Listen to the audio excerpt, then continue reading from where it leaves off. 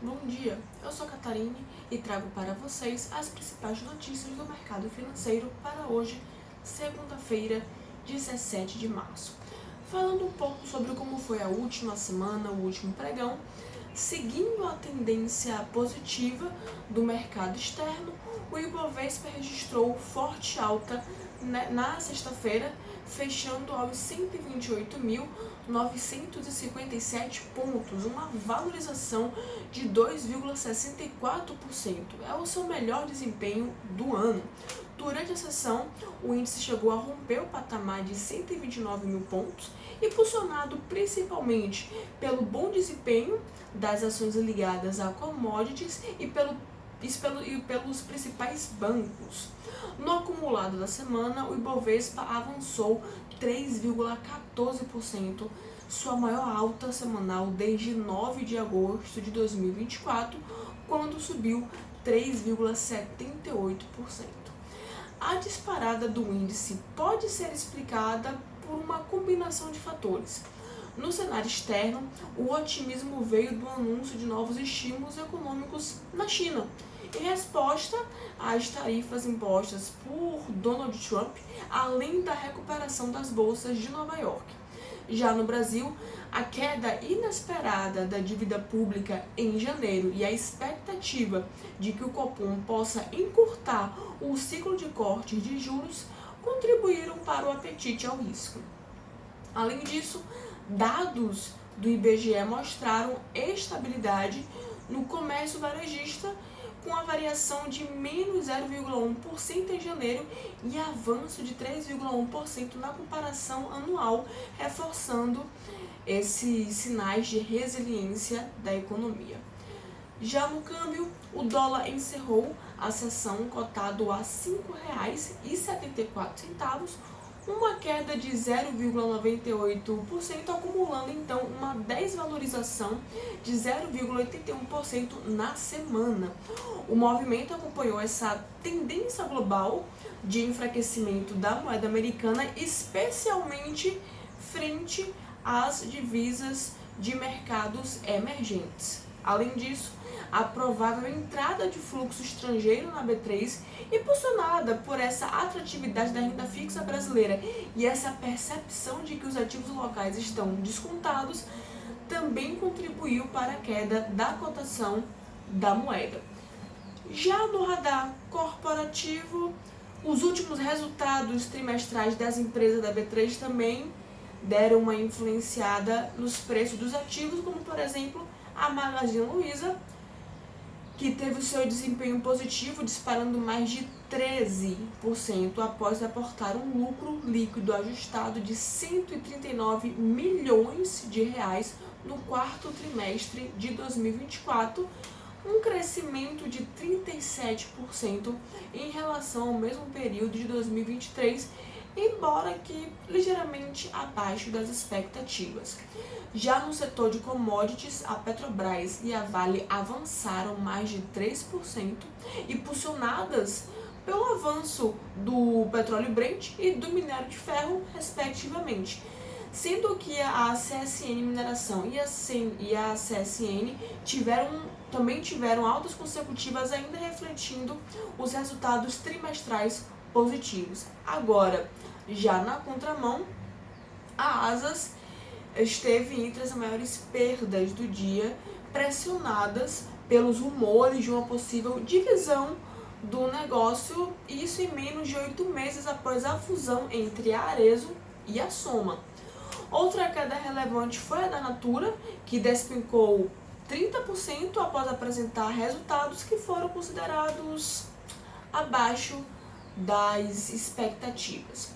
Falando agora efetivamente da agenda econômica e de como será o dia hoje, a semana ela vai ser marcada por decisões de política monetária em algumas das principais economias globais, com destaque para o Brasil e os Estados Unidos, além das movimentações dos bancos centrais do Japão, China e até o Reino Unido.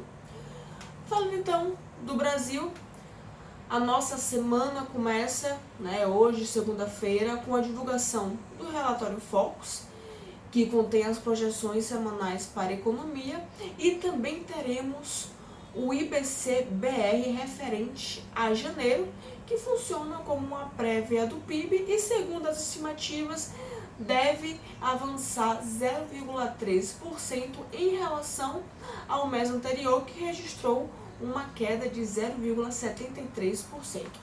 Já amanhã, terça-feira, 18, os destaques ficam por conta da divulgação do GP10 e o início da reunião do Copom, que decidirá a nova taxa Selic. Agora, a nossa super quarta, 19, vai trazer justamente o anúncio oficial da decisão do Copom, então isso está gerando essa grande expectativa para o mercado. Já a agenda interna segue esvaziada na quinta-feira, 20, e na sexta-feira, 21, a gente encerra a semana com a divulgação da Receita Tributária Federal de fevereiro. Além das questões monetárias, o cenário político brasileiro também movimenta os mercados. O governo Lula pretende apresentar nos próximos dias a proposta de reforma do imposto de renda, que pode incluir mudanças na tributação sobre os investimentos.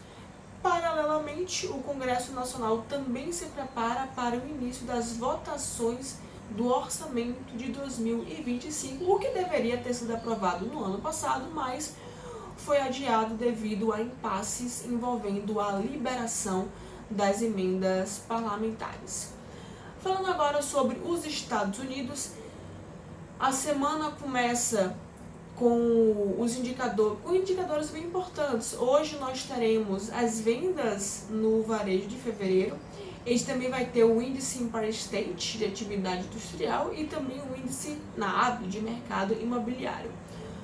A economia norte-americana também segue pressionada pelas incertezas sobre o crescimento, especialmente após o secretário do Tesouro, o Scott Bessent, afirmar ontem, no domingo, que não há garantia de que os Estados Unidos evitarão uma recessão. Isso dias depois do Trump se recusar a descartar essa possibilidade. Ou seja, esses dados então serão analisados com uma certa atenção, porque vão oferecer justamente mais clareza sobre como está a saúde econômica antes dessa decisão do FED.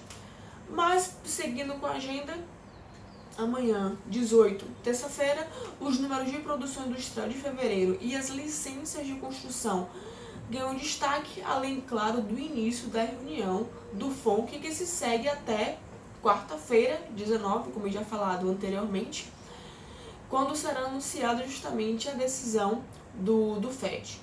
No mesmo dia, o mercado vai acompanhar o relatório semanal de estoques do petróleo e também o índice do mercado hipotecário. Já na quinta-feira, 20, o foco se volta para os pedidos semanais de seguro-desemprego. Agora, a sexta-feira, 21, vai encerrar a semana sem grandes indicadores. Vale ressaltar também, dar uma lembrada, que a política tarifária dos Estados Unidos segue ainda como um tema sensível, com esses desdobramentos da guerra comercial e também os possíveis impactos inflacionários das tarifas sobre os produtos importados. No mercado europeu, estão em sua maioria em alta, impulsionados pelo otimismo em torno do plano da Alemanha de ampliar significativamente o endividamento estatal para fortalecer a defesa e estimular o crescimento econômico. Por fim, falando dos mercados asiáticos, estes fecharam em uma alta após a China anunciou ontem, domingo, novas medidas para reaquecer o consumo. Isso inclui estímulos à renda da população, a estabilização do mercado acionário e também o imobiliário, e também os incentivos para elevar a taxa de natalidade. No período de janeiro a fevereiro, as vendas no varejo chinês cresceram 4% em relação ao ano anterior, superando inclusive os 3,7% registrados em dezembro e também até se alinhando com as projeções da Reuters. O desempenho positivo da economia chinesa refletiu diretamente no bom humor do mercado, impulsionando as bolsas da região. No entanto, os ganhos acabaram limitados pelas declarações do Trump sobre essa intenção de implementar a taxação recíproca sobre diversos produtos importados pelos Estados Unidos a partir do dia 2. A sessão foi liderada pelos resultados da Coreia do Sul, com o índice KOSPI registrando uma alta expressiva, impulsionado pelo setor de tecnologia. Bom, eu desejo a todos um excelente início de semana, um excelente dia e, claro, ótimos negócios.